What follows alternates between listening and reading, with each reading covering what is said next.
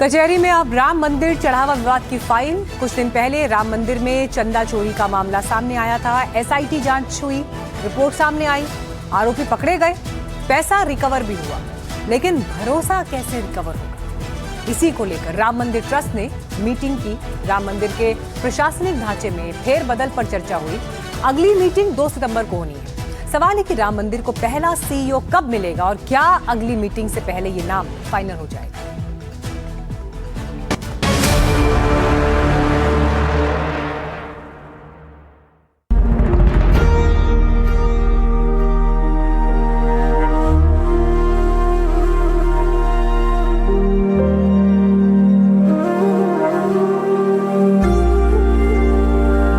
अयोध्या, सरयू का किनारा,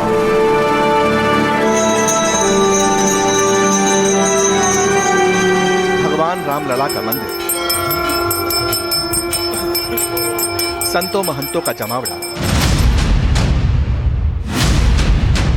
और चंदा चोरी विवाद के बीच मंदिर ट्रस्ट की मुलाकात। इन तस्वीरों ने एक बार फिर दुनिया का ध्यान खींचा। बैठक में दिल्ली और लखनऊ से भी न्यासी वर्चुअली जुड़े थे। यूं तो बैठक के कई मुद्दे थे, लेकिन सबकी उत्सुकता ये जानने में थी कि आखिर राम मंदिर को लेकर नया चीफ एग्जीक्यूटिव ऑफिसर यानी सीईओ कौन बनेगा। कितने आवेदन आ चुके हैं। रिपोर्ट्स के मुताबिक राम मंदिर ट्रस्ट को देश भर से कुल 5200 आवेदन प्राप्त हुए। रिटायर्ड आईएएस, आईपीएस, पीसीएस और सेना के बड़े अधिकारी सीईओ बनने की दौड़ में शामिल हैं। चार्टेड अकाउंटेंट्स और समाज सेवियों ने भी दावेदारी पेश की है। मीटिंग में कहा गया कि चूंकि भारी संख्या में आवेदन आए, इसलिए कैंडिडेट को शॉर्टलिस्ट करने के लिए चयन समिति को 1 महीने का अतिरिक्त समय दिया गया है। इस बीच सीईओ की नियुक्ति में देरी को देखते हुए एक नया सचिव नियुक्त करने पर सहमति बनी है। अनियमितताओं के प्रकाश में आने के पश्चात बैंक की प्रतिक्रिया और गंभीरता के अभाव को दृष्टिगत करते हुए न्यासी मंडल ने निराशा प्रकट की है एवं न्यास की वित्त समिति को बैंक के साथ संबंधों पर और मानक प्रक्रियाओं पर पुनर्विचार कर समुचित निर्णय लेने को कहा है। एक उपयुक्त मुख्य कार्यकारी अधिकारी का चयन करने के निमित्त गठन समिति ने भारी संख्या में आवेदन प्राप्त होने से चयन में अधिक समय की आवश्यकता बताते हुए 1 माह का अतिरिक्त समय मांगा है। राम मंदिर चंदा चोरी मामले के सामने आने के बाद इस तरह के दावे हो रहे थे कि भक्तों की संख्या में कमी आ गई, चढ़ावे की राशि में भी अंतर जैसी बातें सामने आई। लेकिन मीटिंग में दावे को भ्रामक बताया, दुष्प्रचार कहा गया और फिर प्रेस नोट जारी करके कहा गया कि श्रद्धालुओं की संख्या में कोई कमी नहीं आई। इतना ही नहीं, मंदिर में पूजा अर्चना की प्रामाणिकता और शुद्धता बनाए रखने के लिए ट्रस्ट ने 8 सदस्यीय धार्मिक समिति का पुनर्गठन किया है। यहाँ पर सामने मणि रामदास छावनी में हुई जो बैठक है, इस बैठक में तय हुआ है कि जब तक सीईओ की नियुक्ति नहीं होती है तब तक मंदिर का कामकाज देखने के लिए एक सचिव की नियुक्ति की जाएगी। साथ ही जो बैंक के साथ ट्रस्ट का करार हुआ था, उस करार को लेकर भी असंतोष जाहिर किया गया है और ये कहा गया है कि इसको लेकर के एक पुनर्विचार होना चाहिए। जो बयान जारी किया गया है उसमें बताया गया है कि एसआईटी की रिपोर्ट ना मिलने की वजह से फिलहाल जो जांच है उसको लेकर के चर्चा नहीं हो पाई है।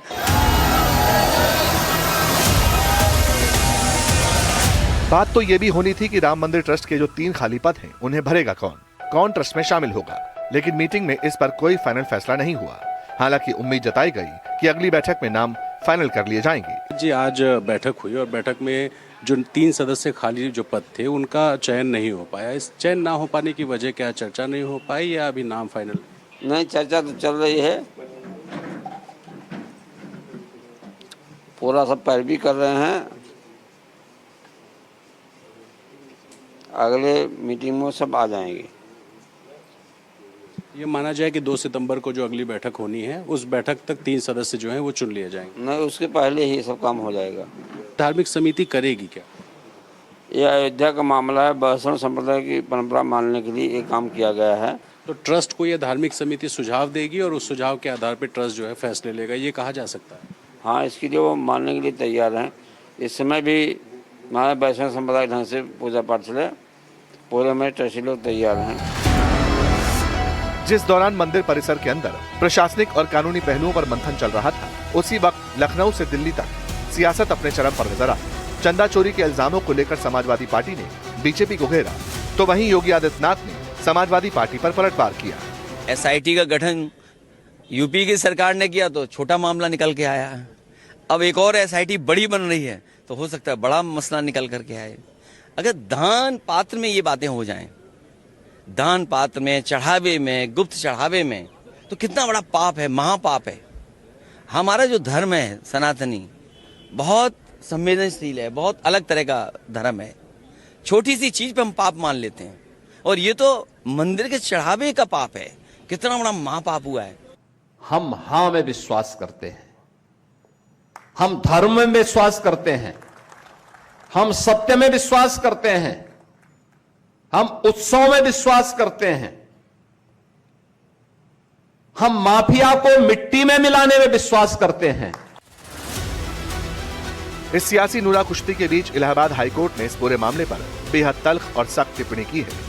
बुलडोजर कार्रवाई पर सुनवाई के दौरान जस्टिस अतुल श्रीधरन ने राम मंदिर चंदा चोरी विवाद को भारतीयों के सत्यनिष्ठा का सबसे निचला स्तर करार दिया। उन्होंने कहा कि जब राम मंदिर जैसे पवित्र स्थान का चढ़ावा चोरी हो जाए और लोगों को शर्म न आए तो ये बताता है कि समाज में करप्शन किस कदर हावी हो चुका है। जस्टिस श्रीधरन ने चेतावनी दी कि अगर देश से भ्रष्टाचार को खत्म करना है तो प्रिवेंशन ऑफ करप्शन एक्ट में संशोधन कर भ्रष्टाचारियों के लिए मृत्युदंड का प्रावधान किया जाना चाहिए। यूं तो इलाहाबाद हाईकोर्ट के 2 जजेस की पीठ बुलडोजर एक्शन को लेकर दायर एक याचिका के मामले में सुनवाई कर रही थी, लेकिन इस सुनवाई के दौरान जस्टिस अतुल श्रीधरन ने जिस तरह से राम मंदिर का जिक्र किया वो गौर करने वाली बात है। उन्होंने कहा कि जो लोग राम मंदिर में चोरी की घटना से भी विचलित नहीं होते हैं उन्हें किसी भी बात से शर्मिंदा नहीं किया जा सकता। ये भारतीयों की सत्यनिष्ठा और ईमानदारी के पतन को दर्शाती है। कोर्ट टिप्पणी कर सकता है, नाराजगी जता सकता है, आदेश दे सकता है, लेकिन अमल तो मंदिर प्रशासन को करना होगा, क्योंकि बात भरोसे की है। साख पर लगे दागों को धोने और करोड़ों राम भक्तों की आस्था के इस केंद्र को आधुनिक और पारदर्शी प्रबंधन देने के लिए ट्रस्ट को एक मजबूत कप्तान की जरूरत है। अब उम्मीद यही है कि अगली मीटिंग में मंदिर को नया सीईओ मिले और दोबारा ऐसी कोई घटना न हो। एक उम्मीद